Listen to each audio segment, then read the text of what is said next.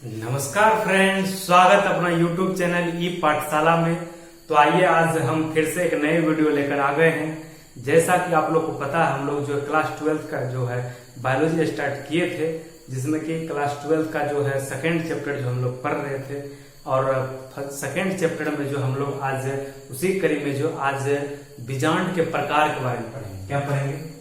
बीजांडों के प्रकार के बारे में। आखिर बीजांड जो है कितने प्रकार का होता है, यानी कि बीजांड को जो है कितने तरीके से जो हम लोग जो है वर्गीकृत कर सकते हैं, इसके बारे में हम लोग आज पूरा डिटेल से समझेंगे कि बीजांड का जो है कितना प्रकार होता है, किन किन आधार पर जो है बीजांड को हम लोग जो वर्गीकृत कर सकते हैं, इसको आज हम लोग जो है पूरा डिटेल से जो है समझने वाले हैं।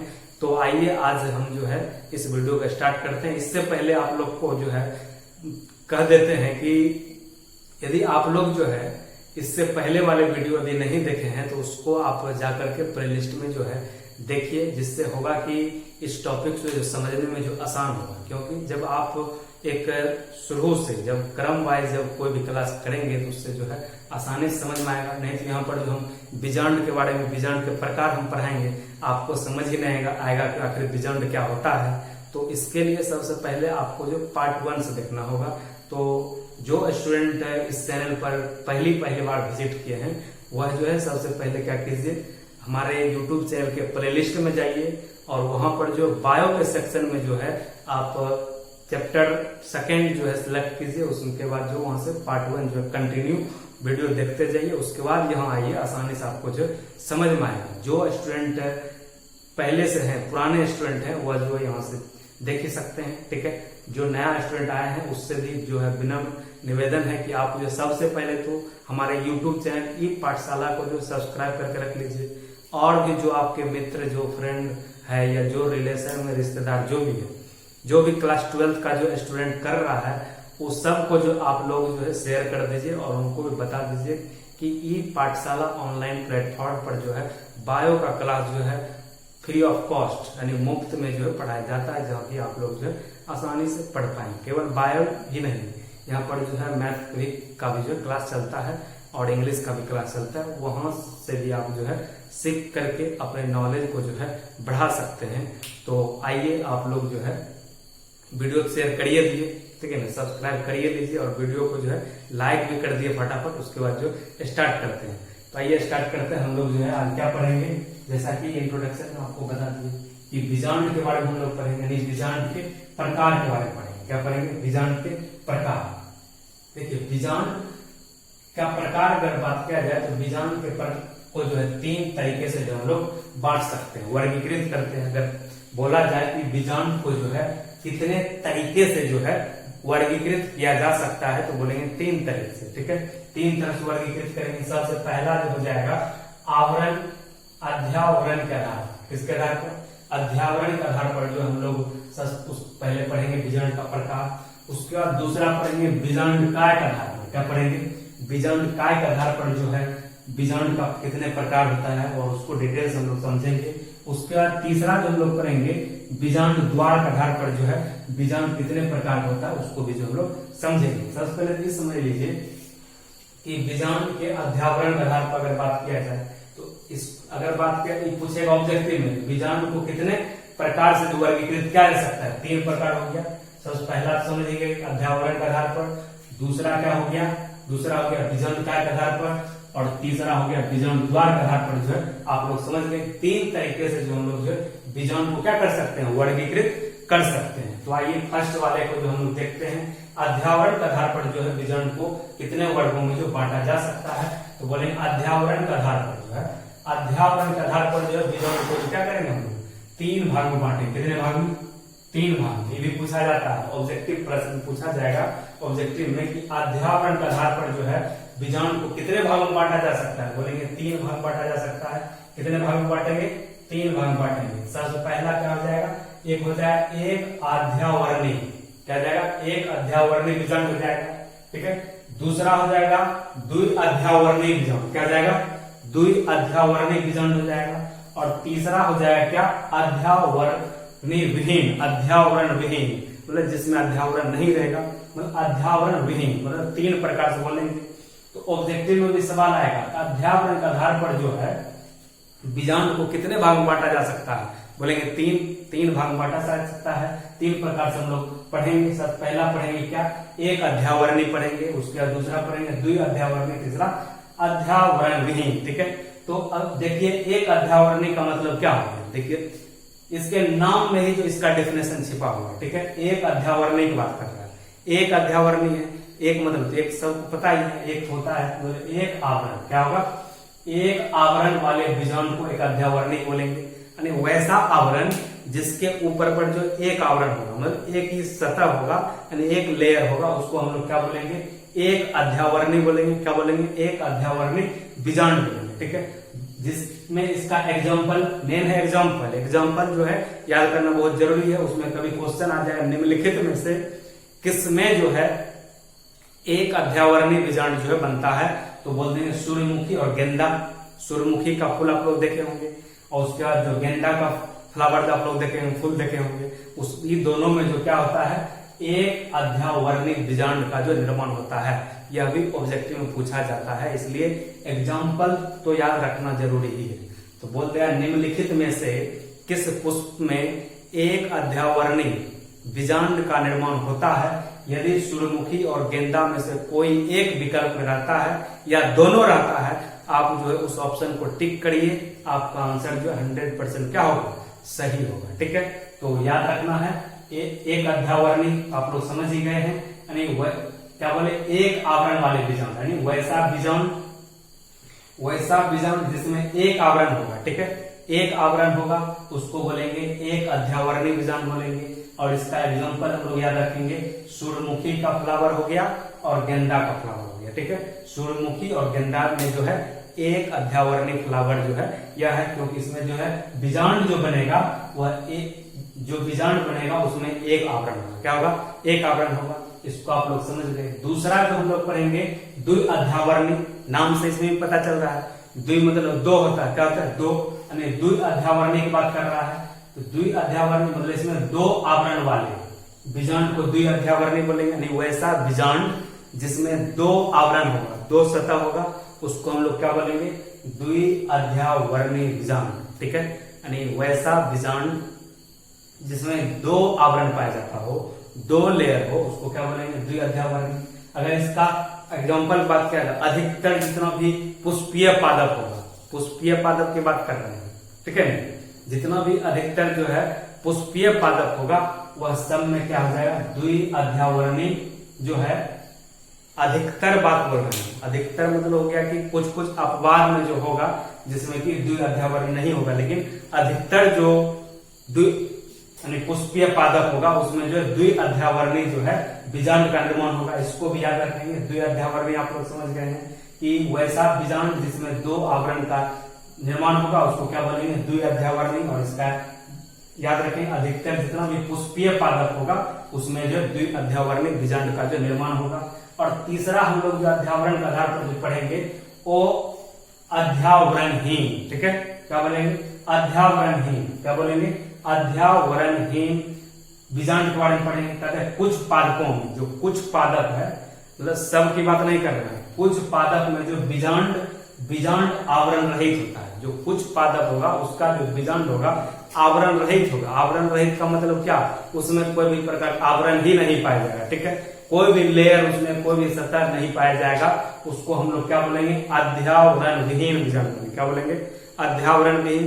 क्या बोले, कुछ पादप जो है उसमें जो बीजांड का जो निर्माण होता है उसमें कोई भी प्रकार का जो है आवरण नहीं पाया जाता है, इसलिए उसको उसमें जो भी बीजांड बनेगा उसको क्या बोलेंगे, अध्यावरण विहीन बीजांड बोलेंगे। ठीक है, तो इसको याद रखेंगे। जैसा इसमें एग्जांपल अगर बात किया जाए तो एक जो है चंदन आप लोग सुने होंगे। ठीक है, चंदन का जो वृक्ष, उसमें जो है उसका जो पुष्प होता है उसमें जो बीजांड बनेगा उसका बीजांड क्या होगा, अध्यावरण विहीन होगा, क्योंकि उसके बीजांड में जो है कोई प्रकार का जो है आवरण नहीं होगा, वह हो जाए अध्यावरण विहीन। ठीक है, दूसरा अगर एग्जांपल की बात किया जाए, लिखा है क्या, लॉरेंथस। क्या है, लॉरेंथस जो एक पादप होता है जिसमें जो पुष्प जो है उसके पुष्प में जो बीजांड बनता है उस पर भी कोई भी प्रकार का आवरण नहीं है। यह दोनों जो है लॉरेंथस और चंदन जो है याद रखेंगे, जिसमें कि अध्यावरण विहीन बीजांड रहता है। तो इससे भी प्रश्न ऑब्जेक्टिव पूछा जा सकता है कि निम्नलिखित में से किस प्रकार के पादप में जो है के पुष्प में बीजांड जो अध्यावरण विहीन होता है, तो बोल देंगे चंदन में और किसमें, लॉरेंथस में। ठीक है, लॉरेंथस और चंदन के जो पुष्प होगा उसमें जो बीजांड का जो निर्माण होगा वह क्या होगा, अध्यावरण विहीन। उसमें कोई भी प्रकार का जो आवरण वगैरह नहीं पाया जाएगा। ठीक है, आप लोग समझ गए। तो हम लोग बीजांड का जो सबसे पहला प्रकार, यानी सबसे पहले जो हम लोग अध्यावरण के आधार पर जो हम लोग समझे, अध्यावरण के आधार पर जो है यानी 3 प्रकार से हम लोग समझ लिए, एक अध्यावरणीय, द्वि अध्यावरणीय और एक अध्यावरण विहीन। ठीक है, एक अध्यावरण में एक आवरण पाया जाता था, द्वि अध्यावरण में 2 आवरण पाया जाता था, जो तीसरा पर है अध्यावरण विहीन, इसमें कोई प्रकार का आवरण नहीं पाया जाता। इसको याद रखेंगे और इसका मेन है कि एग्जाम्पल याद रखना। क्यों, देखिए वहां जो है डिफिनेशन बहुत कम पूछता है यहाँ से, लेकिन एग्जाम्पल ऑब्जेक्टिव यहाँ से बहुत आता है। ठीक है, इसलिए आप लोग को ऑब्जेक्टिव दृष्टिकोण से इसको जो है पूरा याद रखना है। अभी नहीं कि डिफिनेशन याद नहीं रखें, डिफिनेशन भी याद रखेंगे। ऐसे डिफिनेशन तो आप लोग का भी याद हो गया होगा और एग्जाम्पल मेन है। ठीक है, एक अध्यावरणीय का एग्जाम्पल याद रखेंगे, सूर्यमुखी और गेंदा, और जो द्वि अध्यावरणीय अधिकतर पुष्पीय पादप में हो जाएगा। ठीक है, यहाँ पूछा जा सकता है अधिकतर पुष्पीय पादपों में किस प्रकार का बीजांड बनता है, बोल देंगे द्वि अध्यावरणीय। ठीक है, यानी उसमें जो है 2 आवरण पाया जाएगा। ठीक है, या पूछ सकता है कि अधिकतर जो पुष्पीय पादप के बीजांड में जो है कितने आवरण पाया जाता है, बोलेंगे 2 आवरण पाया जाता है, यानी वह द्वि अध्यावरणीय होता है। ठीक है, और तीसरा जो हम लोग अध्यावरण विहीन में तो एग्जाम्पल याद रखेंगे चंदन और लॉरेंथस का। ठीक है, जिसमें कि कोई भी प्रकार का जो आवरण नहीं पाया जाएगा। ये जो आसानी से आप लोग जो समझ गए अध्यावरण के आधार पर बीजांड का प्रकार। आइए दूसरा हम लोग जो समझेंगे आज, क्या बीजांड काय के आधार पर जो बीजांड कितने प्रकार होता है। ठीक है, बीजांड काय के आधार पर जो बीजांड पढ़ेंगे। ठीक है, सबसे पहले हम लोग अध्यावरण के आधार पर समझे, अब समझेंगे क्या बीजांड काय के आधार पर। ठीक है, तो कहता है बीजांड काय के आधार पर अगर बात किया जाए तो बीजांड जो 2 प्रकार का होगा। ठीक है, कितना प्रकार, 2 प्रकार। तो उसमें कितना था, अध्यावरण के आधार पर बीजांड 3 प्रकार था, लेकिन यहाँ पर जो है बीजांड काय के आधार पर जो है बीजांड क्या हो जाएगा, 2 प्रकार हो जाएगा। एक हो जाएगा स्थूल बीजांड कायी बीजांड, क्या जाएगा, स्थूल बीजांड कायी बीजांड। ठीक है, स्थूल बीजांड कायी बीजांड हो जाएगा। और दूसरा जो हो जाएगा तनु बीजांड कायी बीजांड, क्या जाएगा, तनु बीजांड कायी बीजांड हो जाएगा। तो अगर इसका बात किया जाए, देखिए इस दोनों में डिफरेंस भी कभी कभी पूछा जाता है कि जो स्थूल बीजांड कायी बीजांड है या एक तनु बीजांड कायी जो बीजांड है, इसमें दोनों में क्या डिफरेंस है। ठीक है, तो ये जो प्रश्न आता है बहुत बार आया हुआ भी है, इसलिए आप लोग जो है इसको जो ध्यान से समझ लीजिए, अपने नोटबुक में जो है नोट करते रहिए और इसको जो रिवीजन भी करते रहिएगा तो याद रहेगा, तो एग्जाम में आप लोग आसानी से लिख पाएंगे।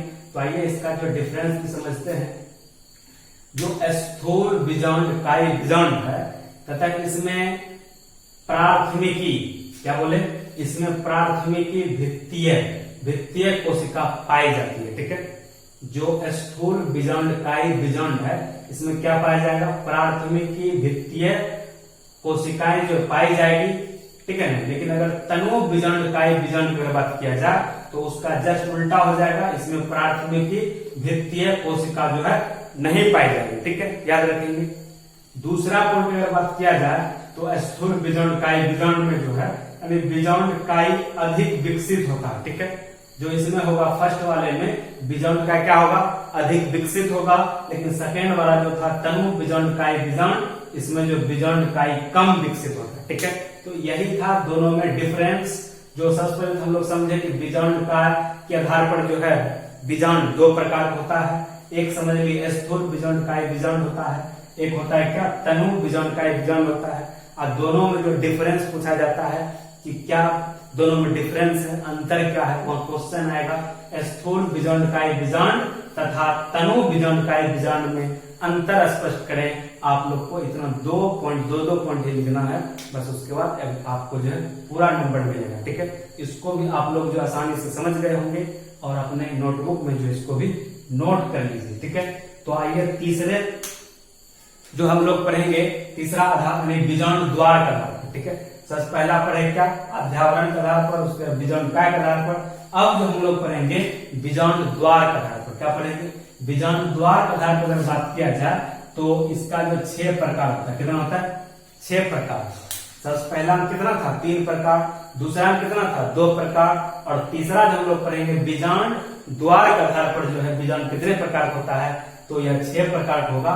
सबसे पहला हो जाएगा ऋजु, क्या जाएगा, ऋजु, और दूसरा हो जाएगा प्रतीप, क्या जाएगा, प्रतीप, और तीसरा हो जाएगा अर्ध प्रतीप, क्या जाएगा, तीसरा हो गया अर्ध प्रतीप, और चौथा हो जाएगा वक्र, क्या जाएगा, वक्र, और जो है पांचवा हो जाएगा अनुप्रस्थ, क्या जाएगा, पांचवा हो जाएगा अनुप्रस्थ, और छठा अगर बात किया जाए तो कुंडलित हो जाएगा, क्या हो जाएगा, कुंडलित। आप लोग को देखिए बोर्ड पर 3 ही लिखा हुआ अभी, और 3 जो है अभी तुरंत नेक्स्ट स्लाइड में अभी बताते हैं, सबसे पहले 3 को समझिए, उसके बाद 3 जो बच गया उसको जो तुरंत समझाते हैं जस्ट इसी वीडियो। वक्र चौथा हो जाएगा, पांचवा हो जाएगा अनुप्रस्थ, छठा हो जाएगा कुंडलित। ठीक है, कुंडलित प्रकार का बीजाणु। तो सबसे पहले अभी जो हम लोग पढ़ेंगे क्या, बीजाणु द्वार के आधार पर जो बीजाणु जो 6 प्रकार होता है, यह भी जो ऑब्जेक्टिव में पूछा जाता है कि बीजाणु द्वार के आधार पर जो है बीजाणु कितने प्रकार होता है, तो बोल देंगे क्या, 6 प्रकार होता है। सबसे पहला क्या पढ़ेंगे, ऋजु बीजाणु, क्या जाएगा, ऋजु बीजाणु। देखिए ऋजु बीजाणु की अगर बात किया जाए तो कहता है इस बीजांड में निभाग, ठीक है, जो बीजांड का जो ऊपर वाला हिस्सा होता है उसको क्या बोला जाता है, निभाग बोला जाता है। ठीक है, यहाँ अगर ऋजु बीजांड की बात किया जाए तो क्या बोले, इस बीजांड में निभाग बीजांड वृंत, जो बीजांड वृंत होता है, बीजांड वृंत हम लोग पिछले वीडियो में जो बताए थे कि बीजांड का जो डंठल होता है, ठीक है, बीजांड का जो डंठल होता है उसको क्या बोला जाता है, बीजांड वृंत बोला जाता है। यदि आप लोग अभी तक पिछला वीडियो नहीं देखे हैं तो आप जो है पिछले वीडियो में जाइए, वहां देखिए। ठीक है, वहां पूरा डिटेल्स हम लोग जो है पूरा समझे। इसीलिए कहते हैं पढ़ाई जब भी आप करिए तो पूरा एक क्रम से करिए। ठीक है, जब क्रम वाइज करेंगे तो उससे होगा क्या, आसानी होगा समझने में भी, आपको भी और हमको तो आसान होगा ही। ठीक है, इसलिए कैमरे के उस पार जो भी स्टूडेंट इस क्लास का जो आनंद ले रहे हैं या सीख रहे हैं, उससे बस विनम्र निवेदन है कि आप जो है हमारे YouTube चैनल के प्लेलिस्ट में जाइए, आप जो है पार्ट 1 से पहले जो है इस कोर्स को जो है कंटिन्यू कीजिए देखना, उससे होगा कि आपको ही बेनिफिट होगा, आपको अच्छे तरीके से समझ में आएगा। नहीं तो बहुत स्टूडेंट करेंगे क्या, इस वीडियो को देखेंगे, यहाँ जो समझ में नहीं आ रहा है तो बस छोड़ देंगे, सर जो है अच्छे तरीके से समझाते नहीं है, तो तुरंत ब्लेम लगा देंगे। तो इससे अच्छा है कि इसमें देखिए मेरा कोई गलती नहीं होगा इसमें, ठीक है, गलती आपकी होगी कि आप जो शुरू से नहीं देखे इसलिए आपको समझ नहीं आ रहा है। तो इसलिए ऐसे आप लोग जो है इतना सीनियर स्टूडेंट है तो आपको इशारा ही काफी है, आपको इतना बोलने की कोई जरूरी भी नहीं है। आप जो शुरू से देखिए आपको जो है समझ में आएगा। ठीक है, कि क्या होता है बीजांड वृंत, क्या होता है बीजांड, क्या होता है बीजांड द्वार, क्या होता है, पूरा जो हम पिछले वीडियो में डिटेल से समझाए हैं। ठीक है, तो आइए सबसे पहले क्या बोले, बीजांड द्वार के आधार पर अगर बीजांड की बात किया जाए 6 प्रकार होता है। सबसे पहले जो हम लोग पढ़ेंगे ऋजुक के बारे में। ऋजुक बीजांड कहते हैं इस बीजांड द्वार में निभाग बीजांड वृंत व बीजांड द्वार एक सीधी रेखा में होता है। ठीक है, ठीक है ना, याद रखेंगे। जब ऋजुक बीजांड का मतलब क्या है, आप लोग ऋजु कोण जब मैथमेटिक्स में पढ़ते होंगे, ठीक है, जब एक लाइन पूरा सीधा रहता था तो यहाँ जो एंगल बनता था तो उसको क्या बोलते थे, ऋजु, ठीक है, कौन बोलते थे। उसी तरीके से यहाँ बोल रहा है जो बीजांड होगा, बोल रहा है इस बीजांड में निभाग बीजांड वृंत व बीजांड द्वार एक सीधा में होगा। जो निभाग है, जैसे बीजांड का जो आकृति से अंडाकार होता है, यहाँ पर दिख नहीं रहा होगा आप लोग को, यहाँ पर देखिए, ठीक है, इस तरीका से अंडाकार होता है, ठीक है ना, इसे बन रहा देखिए, फिर समझा, अंडाकार होता है बीजांड, ठीक है ना। इस देखिए यहाँ पर जो होगा नीचे साइड में क्या हो जाएगा, नीचे साइड में बीजांड वृंत होगा, ऊपर का जो भाग यहाँ दिख रहा है यहाँ निभाग होगा। जो निभाग हो गया उसका जो बीजांड वृंत हो गया, बीजांड वृंत, इससे भी नीचे है, उसके बाद बीजांड वृंत जो डंठल टाइप का है उसका थोड़ा ये पिक्चर सही ढंग से नहीं बना। आप जो पिछले वीडियो में देखिए, आप वहां जो पूरा डिटेल से जो है डायग्राम के साथ समझाएं, ठीक है। इसलिए आप लोग को वहां एक बार जो विजिट करना चाहिए, उससे जो होगा कि आपको आसानी समझ में आएगा। तो इसका जो डंठल वाला रूप था उसको हम लोग बीजांड वृंत बोले थे, और यहाँ जो है कि पूरा पैक नहीं रहता है, यहाँ खुला हुआ रहता है, इसको बीजांड द्वार बोलते हैं। ये तीनों जो एक ही सिद्ध में क्या है, एक ही सिद्ध में होता है। तो इस तरह के जो है जो बीजांड को हम लोग क्या बोलेंगे, रिजु बोलेंगे। क्या बोलेंगे, रिजु बीजांड, यानी वैसा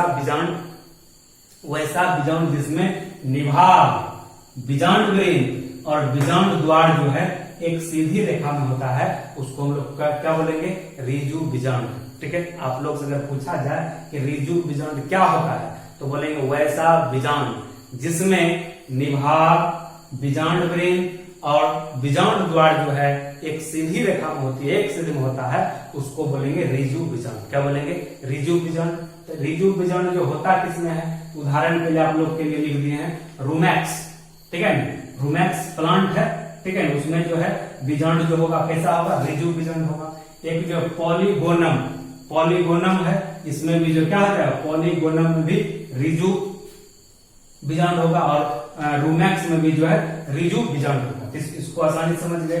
नेक्स्ट जो इसमें पढ़ेंगे प्रतीप के बारे में। क्या दूसरा प्रकार है प्रतीप, कहते हैं इसमें बीजांड उल्टे होता है। कहता है बीजांड क्या रहेगा, उल्टा होता है, तथा बीजांड द्वार व निभाग दोनों एक दूसरे के पास आ जाता है।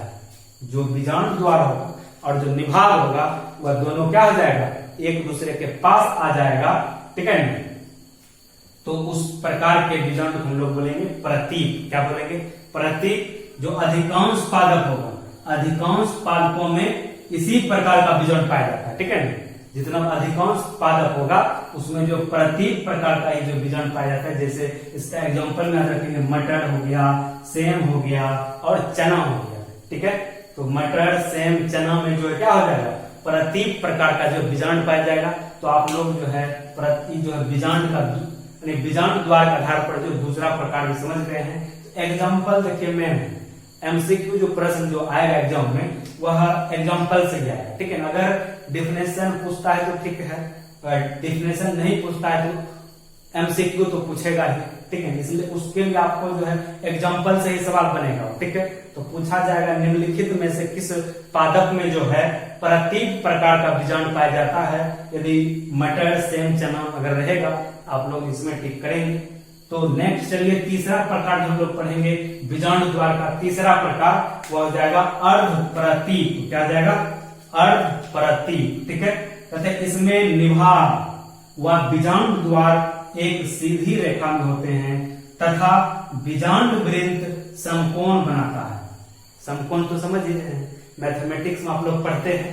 एंगल जो है जब एल की आकृति होनी वैसा एंगल इसका वैल्यू जो है 90 डिग्री का हो, 90 डिग्री का होता है, उसको समकोण बोलते हैं। आप लोग मैथ का स्टूडेंट तो होंगे ही, क्लास 10th में तो पूरा डिटेल्स आप लोग जो मैथ पढ़े ही होंगे। जैसे कि 90 डिग्री जब रहता है तो उसको बोलते हैं न्यून कोण, 90 डिग्री रहता है समकोण, और 90 डिग्री से अधिक रहता है उसको अधिक कोण बोलते हैं, ठीक है। ये सब तो आप लोग मैथमेटिक्स में जो है पढ़े ही होंगे। तो वही चीज यहाँ बोल रहा है, जो बीजांड वृंत होगा वह समकोण बनाएगा। क्या बनाएगा, समकोण बनाएगा। तो याद रखना, ये भी पूछा जाता है कि बीजांड द्वार के आधार पर जो बीजांड का जो प्रकार होता है वह कौन सा प्रकार है जिसमें कि बीजांड द्वार जो है समकोण बनाता है, ठीक है। तो समकोण किसमें बनता है, अर्ध प्रतीप में। किसमें, अर्ध प्रतीप में बोलेंगे। अगर ऑब्जेक्टिव में अर्ध प्रतीप रहता है तो उसमें जो है टिक कर देंगे, ठीक है। क्या बोले, इसको फिर सुनिए। कहता है इसमें निभाग, ठीक है, बीजांड द्वार ऊपर रहता है निभाग और नीचे बीजांड द्वार, ठीक है। निभाग व बीजांड द्वार एक सीधी रेखा में होता है, दोनों एक सीधी रेखा में होगा, ठीक है। और तथा बीजांड वृंत जो होगा वह समकोण बनाता हुआ मुड़ा रहता है एल के जैसा, ठीक है, एल के जैसा, जहां पर कि 90 डिग्री का कोण यहां बनेगा, इस तरह से रहेगा।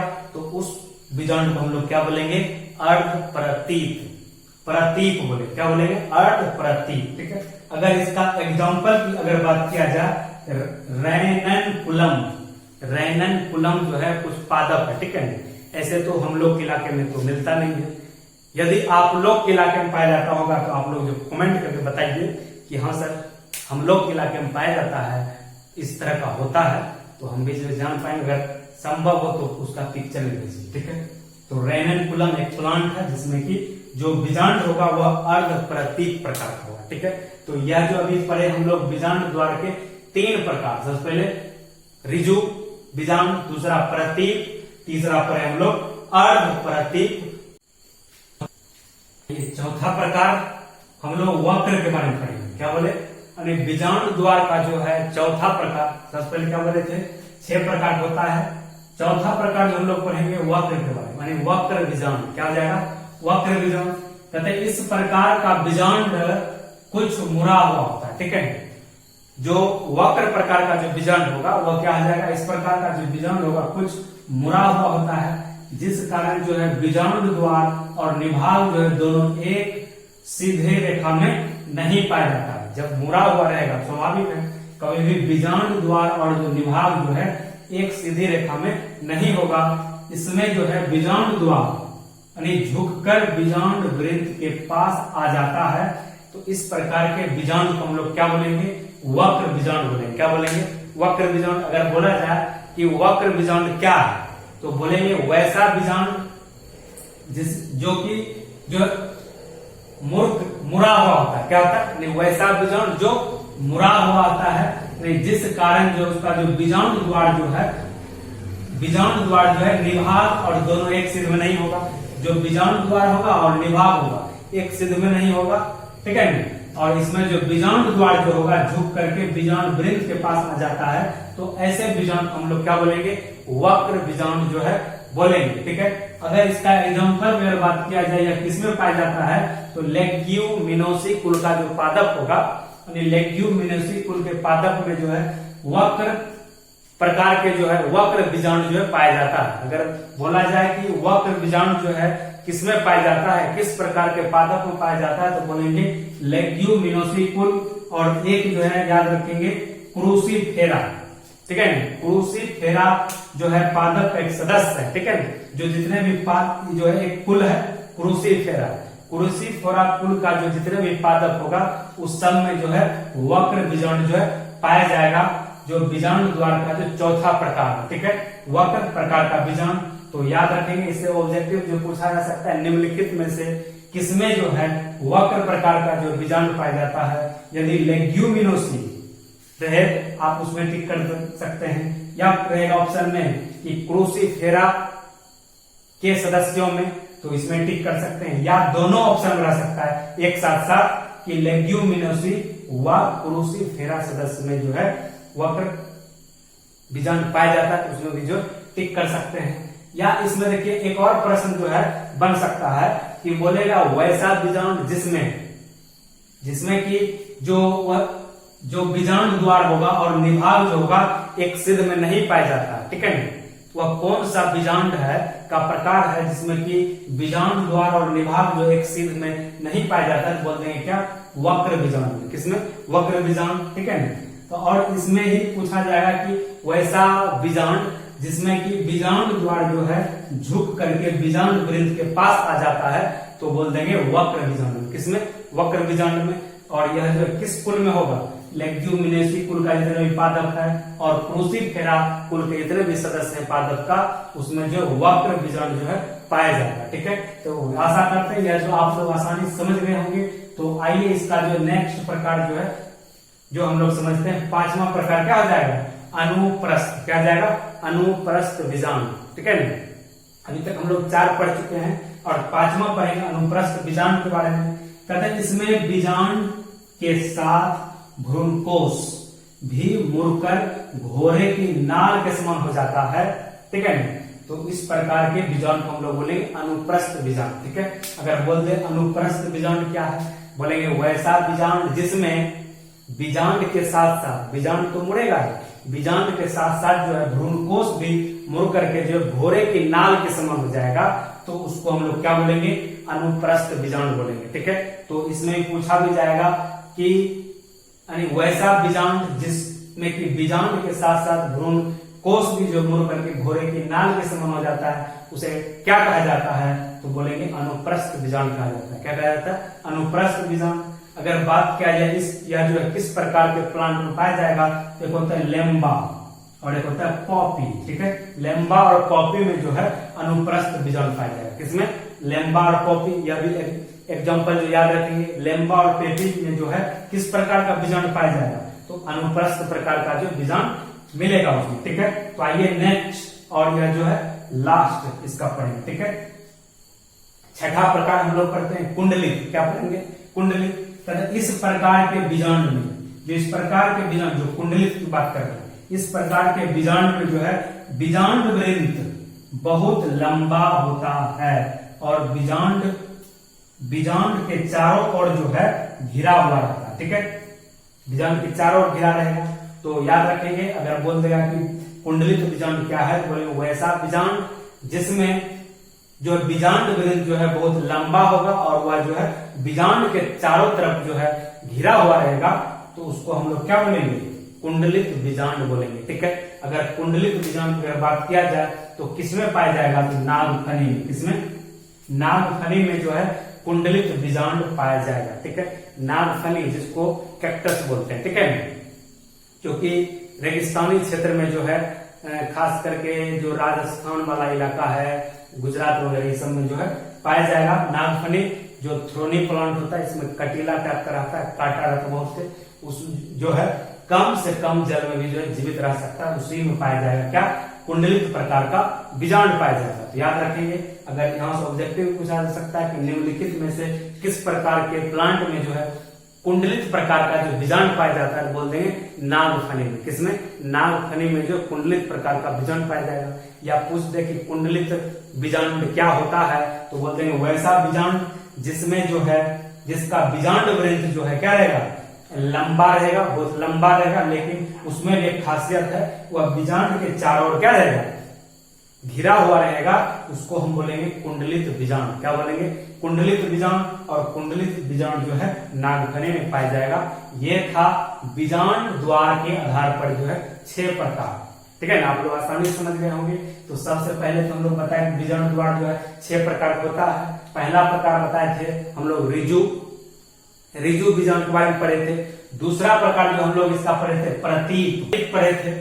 और जो है चौथा हम लोग यहाँ पढ़े वक्र के बारे में, वर्ग बीजांड, उसके अनुप्रस्थ बीजांड, उसके बाद लास्ट में कुंडलित बीजांड। तो याद रखेंगे सभी जो हम लोग अभी तुरंत पढ़े हैं कि बीजांड जो है बीजांड द्वार के आधार पर जो बीजांड 6 प्रकार होता है।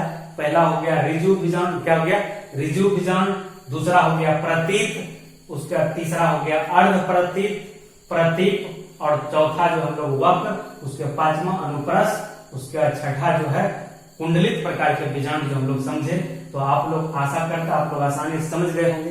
यदि वीडियो अच्छा लगा हो तो अपने अधिक से अधिक दोस्तों के साथ जो इस वीडियो को शेयर कीजिए, क्योंकि यह वीडियो बहुत ही महत्वपूर्ण है क्लास 12 के बोर्ड एग्जाम के लिए, और आप लोग भी आसानी से समझ गए होंगे। यदि एक बार में समझ में ना आए, दोबारा जो इस वीडियो को देखिए, आपको आसानी से समझ में आएगा। जो न्यू स्टूडेंट है उसके लिए जो है एक विशेष निर्देश है कि आप लोग जो है पार्ट 1 से देखिए, तब जो आपको यह वीडियो आसानी से समझ में आएगा। ठीक है, और उससे जो है एक विनती भी है, जो न्यू स्टूडेंट है, आप विनती क्या आप लोग के जरूरत का ही है, बस वीडियो को लाइक भी करिए और वीडियो को सब्सक्राइब करके रख लीजिए। उससे होगा कि जो भी वीडियो हम बनाएंगे डालेंगे तो आपके पास सबसे पहले जो है नोटिफिकेशन पहुंचेगा, तो आप लोग आसानी से जो वीडियो से जो है कुछ सीख पाएंगे। तो ठीक है, इसी शब्दों के साथ जो इस वीडियो को पूरा खत्म करते हैं।